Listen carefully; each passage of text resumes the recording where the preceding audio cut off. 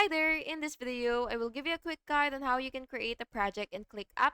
Projects help you organize related tasks and manage timelines efficiently. So first, you will open ClickUps, and once you're here, you will go ahead and click your space, and you will select new folder. So it should be right here if you do have the full version of the app.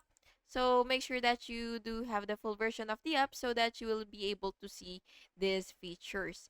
Then once you have your folder, what you will have to do is name it as, let's say, project. Then go ahead and click create, and then, after you create it, you will add lists inside the folder, and then you will create tasks in each list. Set due dates, priorities, and assign lists.